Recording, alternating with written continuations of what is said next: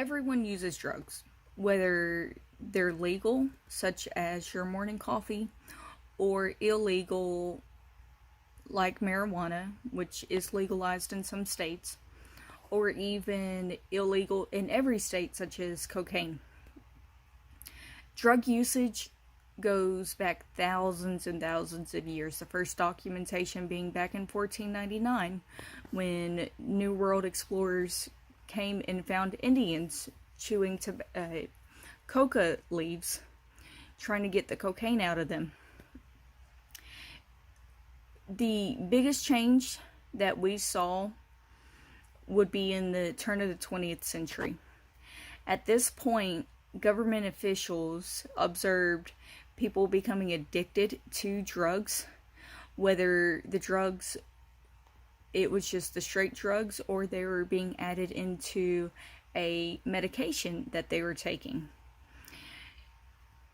The 1906 Pure Food and Drug Act addresses these addictions by making the companies disclose their ingredients, especially the toxic ingredients, such as if it contained cocaine or alcohol.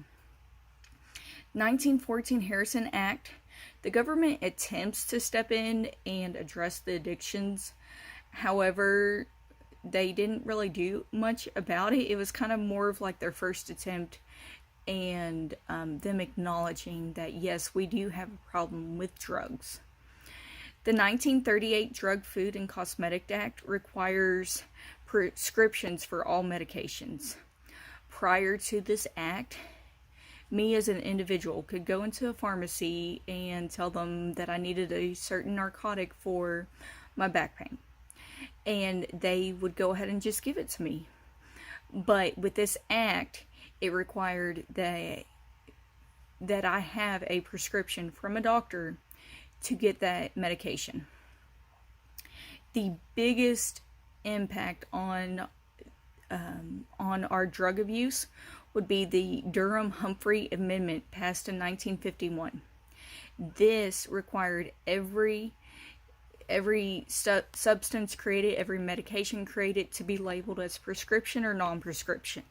If it was a prescription, it had to fall under the category of being habit forming, a new compound that had not been proven to be safe yet, or not safe for self-medication because of the toxic ingredients. In 1970, the Comprehensive Drug Abuse Prevention and Control Act created the schedules that we see today.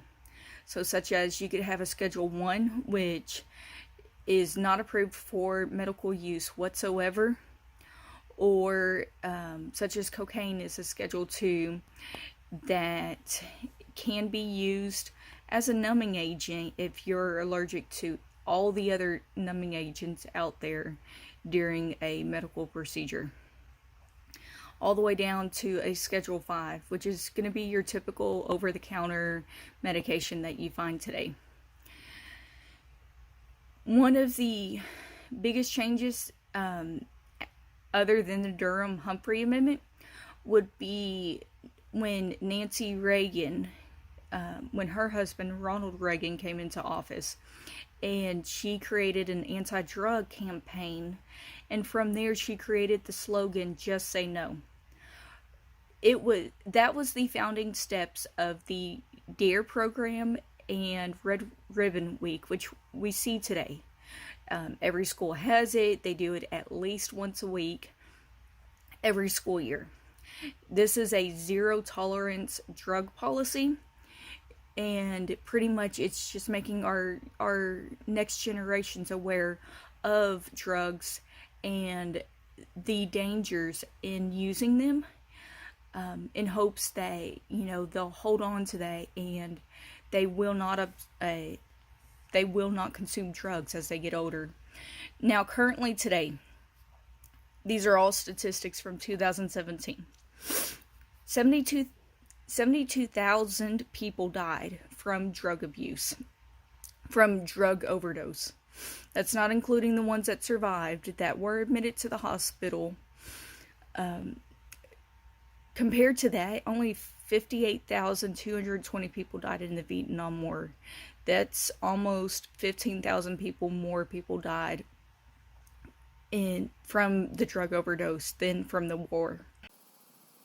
Hi, I'm Anthony Lewis, and today I'll be discussing the drug references in Black Sabbath's Snowblind on the album Volume 4 released in 1972.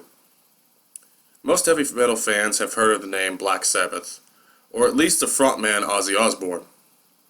Black Sabbath was one of the pioneers of heavy metal, specifically doom metal, in the 1970s. The English heavy metal group formed in 1968 by Tony Iommi, Bill Ward, Geezer Butler, and Ozzy Osbourne.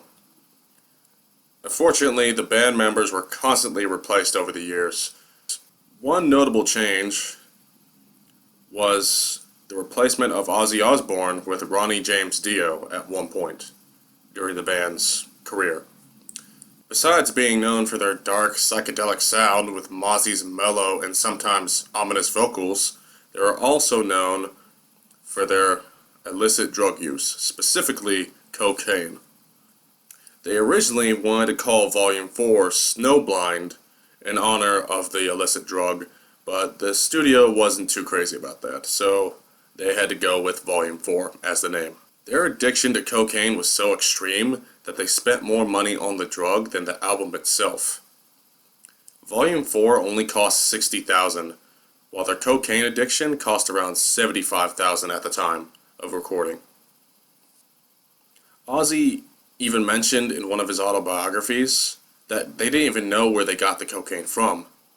Here's a quote from that autobiography. "All we know that it arrived in the back of unmarked vans packed inside cardboard boxes. In each box there were about 30 vials, 10 across, 3 deep, and each one had a screw on top sealed with wax." Now, if we're talking about the song makes numerous references to cocaine.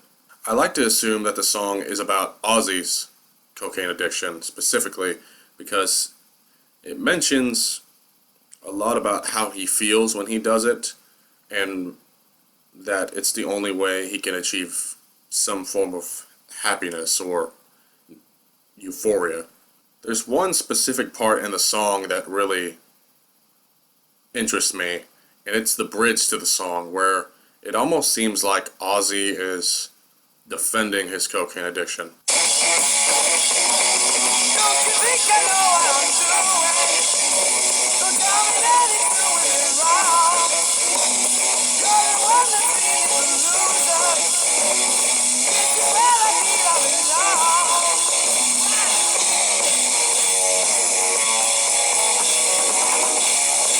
Whenever he says, "This is where I feel I belong," I feel that he's trying to say that he considers being on cocaine most of the time normal, and that's the only way he can function throughout the day.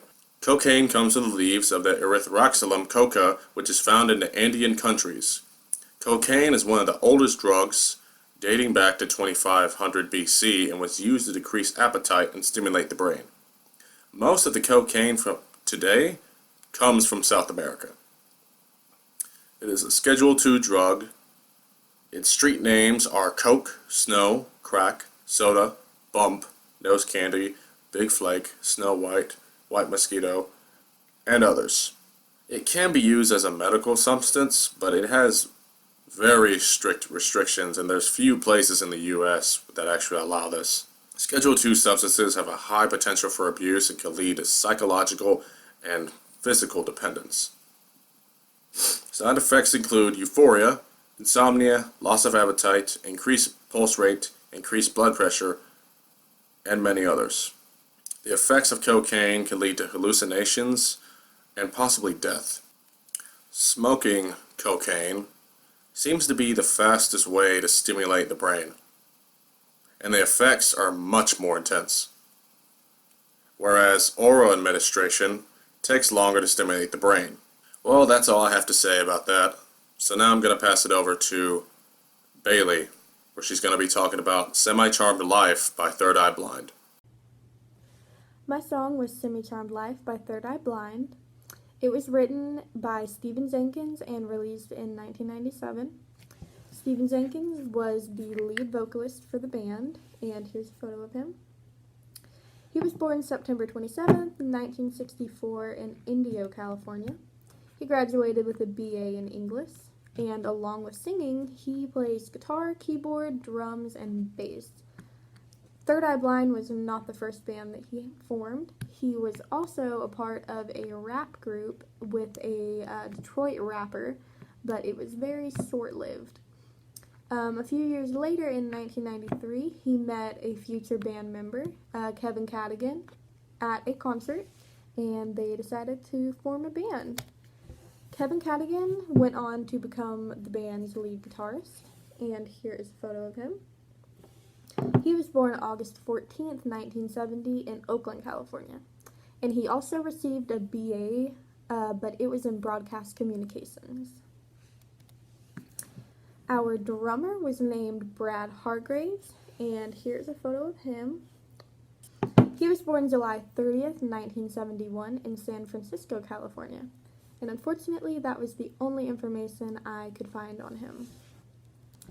The bass player was named Arion Salazar, and he was born August 9th, 1970 in Oakland, California, and here's a photo of him. I also found very little information on him. A little background on the song was that, according to Stephen Jenkins, he wrote it as a response to Lou Reed's Walk on the Wild Side. He basically wanted it to be like Walk on the Wild Side, but from the perspective of someone from San Francisco, California. Something interesting about both of the songs was that they both gained a lot of popularity, and both bands didn't really expect that. Because the songs were written about such taboo subjects for the times that they couldn't believe that they were being played on the radio. Walk on the Wild Side talked about transsexual people, drugs, male prostitution, and sex. And Semi-Charmed Life talked about different kinds of drugs and sex as well. And a little snippet of Semi-Charmed Life where it talks about both of those things.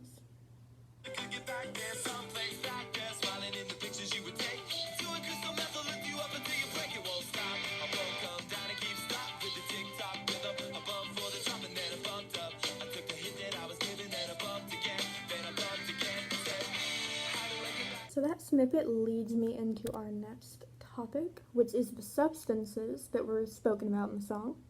So the beginning of that lyric that I just showed you was, doing crystal meth will lift you up until you break.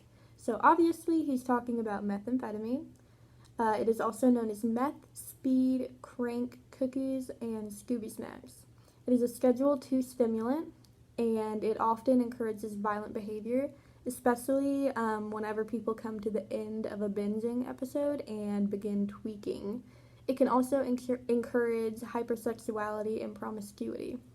Some side effects are euphoria, paranoia, confusion, and an intense itching on the face. That's where we usually see those sores that are on meth users' face from them itching. Cocaine is also spoken about. In that little snippet, you could hear them talking about bumping. They said bump again, bump again. Bumping is slang for snorting cocaine. And cocaine is also known as coke, snow, blow, dust, and tina. It is also a Schedule II stimulant. And just like meth, it also encourages violent behavior and hypersexuality. And some general side effects include euphoria, hyperactivity, anxiety, and irritability.